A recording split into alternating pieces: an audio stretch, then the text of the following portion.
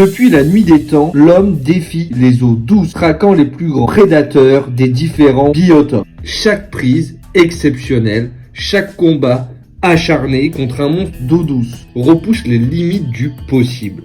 Certains pêcheurs n'ont pas seulement attrapé des poissons gigantesques, ils ont inscrit leur nom dans l'histoire. Bienvenue dans la légende des records ICFA, où nous revivons les exploits qui ont changé à jamais notre vision des géants d'eau douce et de notre passion, la pêche. Aujourd'hui, nous plongeons dans l'un des records les plus mythiques de tous les temps, la capture du plus gros saumon sockeye jamais capturé à la canne. Alors imaginez-vous sur les bords du lac Redfish en Idaho, canne en main, en train de livrer un combat épique contre l'un de ces poissons. C'est exactement ce qu'avait Liam Knir le 4 août 2024. Mais avant de vous raconter son exploit, vous êtes prêts? Alors installez-vous confortablement et je vous souhaite un bon visionnage. Let's go!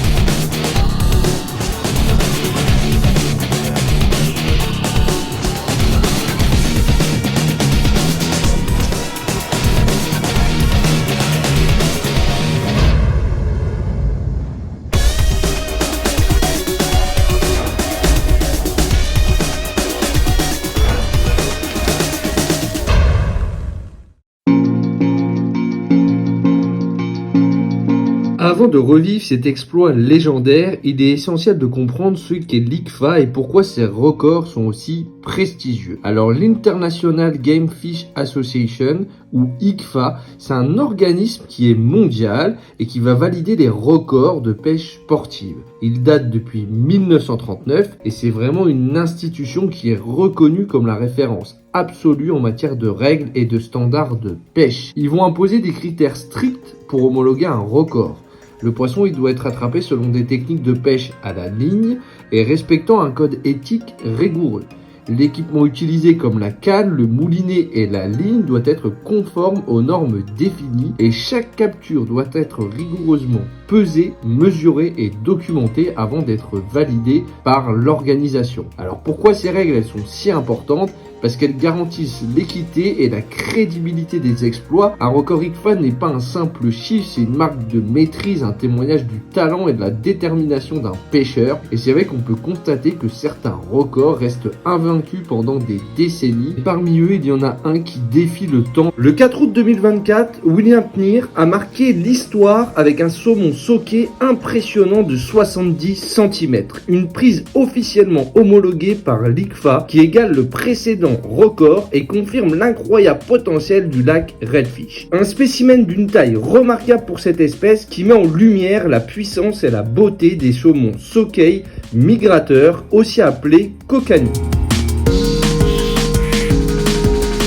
Pour commencer, on va s'intéresser à la personnalité de William Knir, qui n'est pas un pêcheur de compétition ultra médiatisé, mais un passionné de pêche sportive avec un profond respect pour la nature et les espèces qu'il traque. Originaire des États-Unis, il a grandi en explorant rivières et lacs, toujours à la recherche des plus beaux spécimens de poissons sauvages. Il est particulièrement fasciné par les salmonidés qu'il traque avec une approche alliant patience et technique. Sa préférence va aux techniques de pêche légères, où il privilégie la finesse plutôt que la force brute. Pêcheur expérimenté, il connaît les eaux qu'il explore comme sa poche et adapte ses stratégies en fonction des conditions du jour. Ce qui rend son exploit unique, c'est qu'il ne s'agissait pas d'une sortie de pêche dédiée à la recherche d'un record. Il pêchait sur le lac Redfish, un site chargé d'histoire pour les saumons sockeye, sans se douter qu'il allait capturer l'un des plus grands spécimens jamais mesurés. Son record prouve qu'avec de l'expérience, de l'observation et un brin de chance, il est toujours possible d'écrire l'histoire de la pêche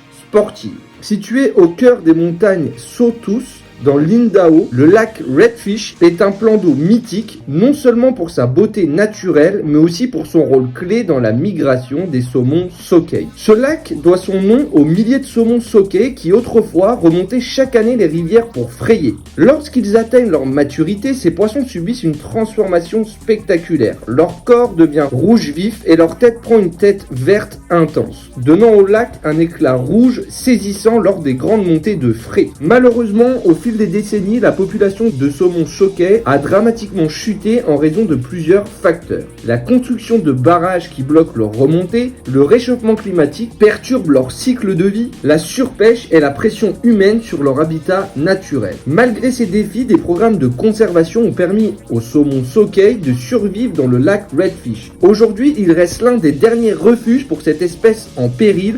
Et attraper un spécimen de grande taille ici est un véritable exploit. Les pêcheurs qui viennent sur le lac Redfish doivent respecter des réglementations strictes pour protéger la population de saumon. Mais pour ceux qui rêvent d'un record ICFA, c'est un lieu où tout peut arriver.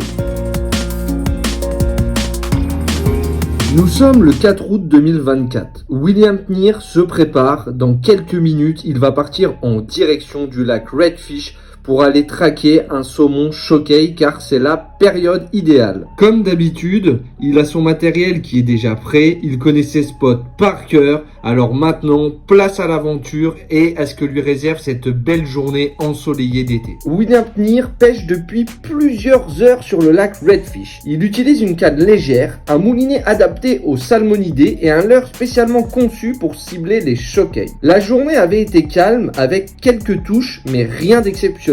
William Tnir le sait, il y a un gros poisson qui rôde dans le secteur, il y a des saumons Shokei qui sont présents sur la zone, il connaît le spot, tout peut changer en l'espace d'un instant et d'un seul poisson, alors il va persévérer et ne rien lâcher, c'est ce qu'il va se dire ce jour-là. Quand tout à coup, une touche brutale, un choc sec dans la canne et William sent immédiatement que ce poisson est très gros. Le moulinet se met à hurler tandis que le saumon Shokei file vers le large, utilisant toute la puissance de son corps pour fuir. C'est le début d'un combat éprouvant. Le saumon utilise son instinct de survie, il effectue des rushs fulgurants pour tenter de se libérer. Il plonge dans les profondeurs du lac cherchant à casser la ligne contre les obstacles sous-marins tels que les rochers. Il lutte avec une énergie incroyable, défiant chaque tentative de Tnir pour le rapprocher du moment fatidique de l'épuisage. William sait que la clé pour gagner ce combat est le contrôle du frein de son moulinet et de garder son calme. Trop de tension, la ligne casse. Pas assez, le saumon en profite pour repartir de plus belle. Le combat dure plusieurs minutes, chaque seconde testant l'endurance du pêcheur et la résistance de son matériel. Après un long duel, Tnir commence à prendre le dessus. Il réussit à fatiguer le poisson qui ralentit peu à peu ses tentatives de fuite.